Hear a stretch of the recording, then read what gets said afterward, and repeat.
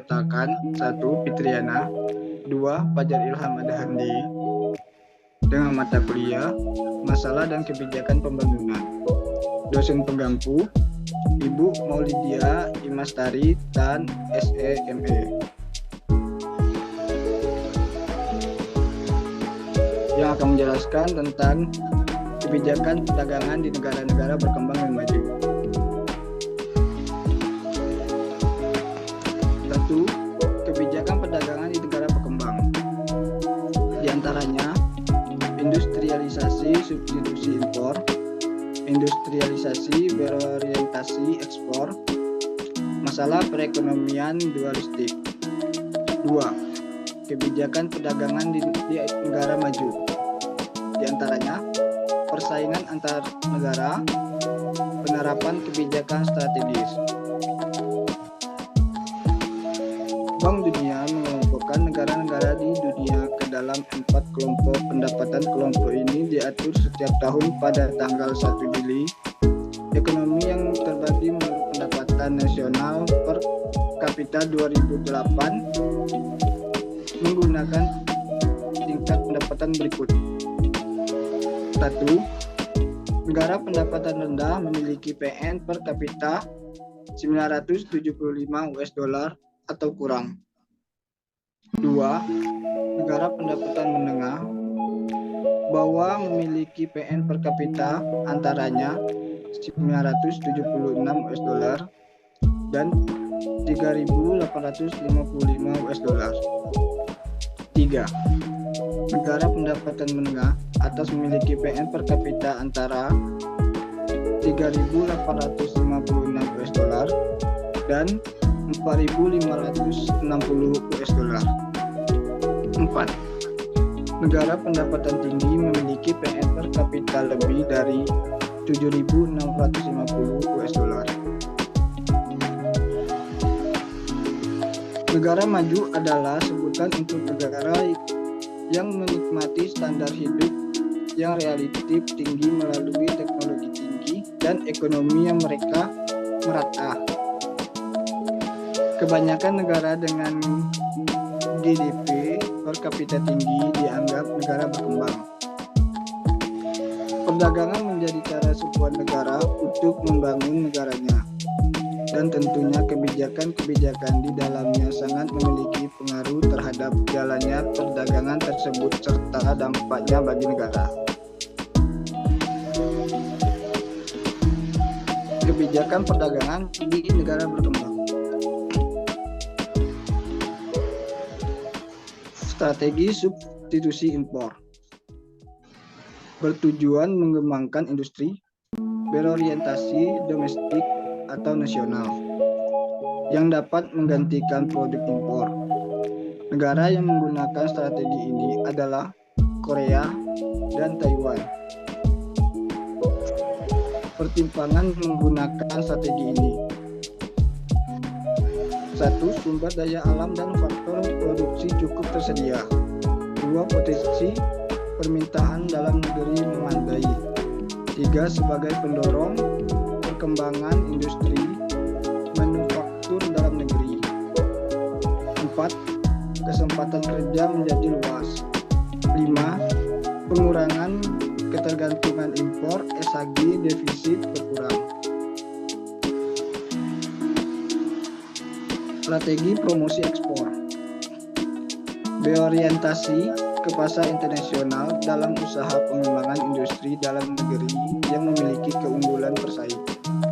Rekomendasi agar strategi ini dapat berhasil: 1. Pasar harus menciptakan sinyal harga yang benar yang merefleksikan kelangkaan barang YBS baik pasar input maupun output. 2. Tingkat proteksi impor harus rendah, nilai tukar dan realistis. 3. Ada insentif untuk meningkatkan ekspor.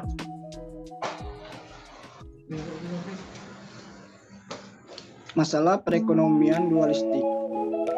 1. Dualisme perekonomian menunjukkan adanya perbedaan antara bangsa-bangsa kaya dan miskin dan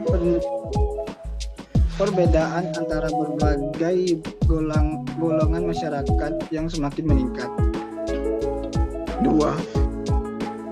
Teori dualisme sosial WK.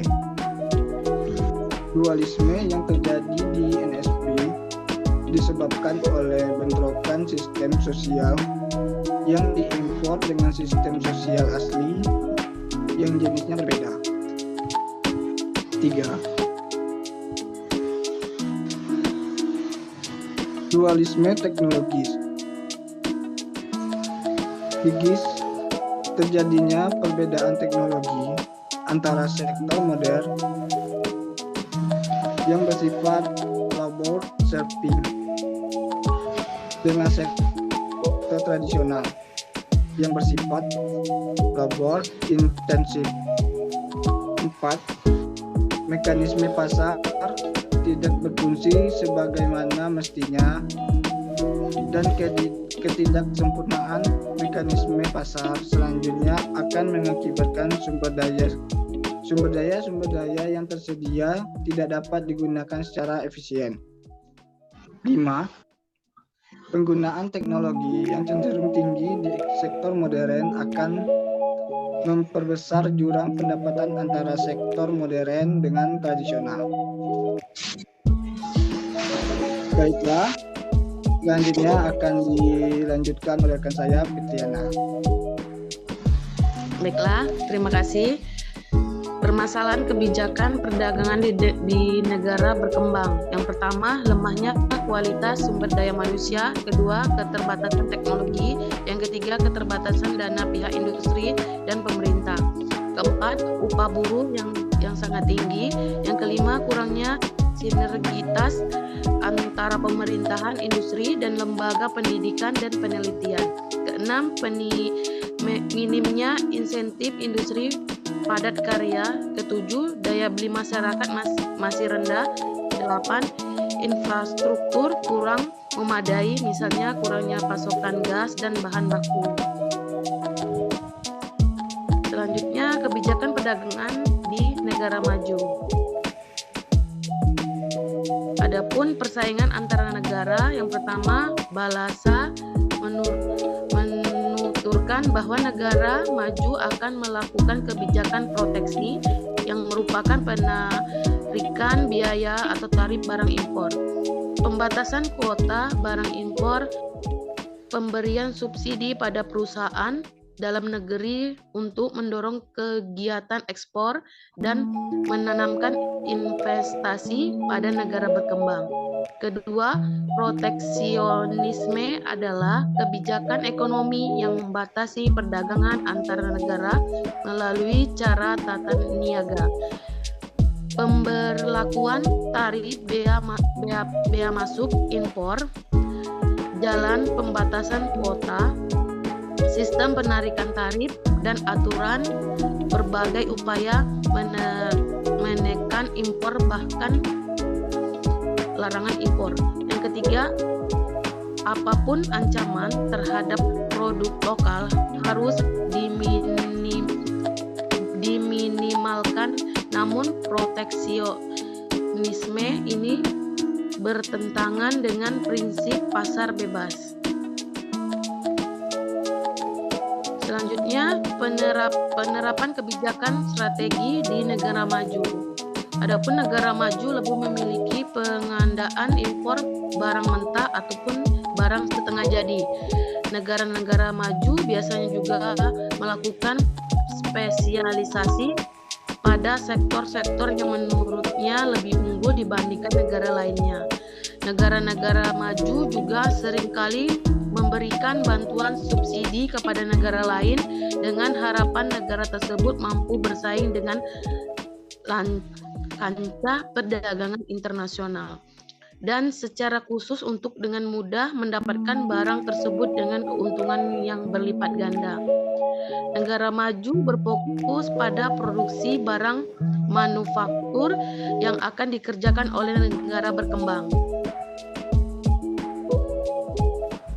Adapun permasalahan ekonomi di negara maju yaitu kekurangan tenaga kerja, investor pindah negara berkembang, produk negara berkembang beredar di pasaran, kerusakan alam sistem, dan yang terakhir perdagangan yang tidak aman.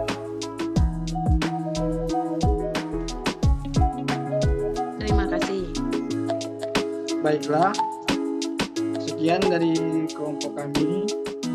Lebih dan kurang mohon maaf. Wassalamualaikum warahmatullahi wabarakatuh.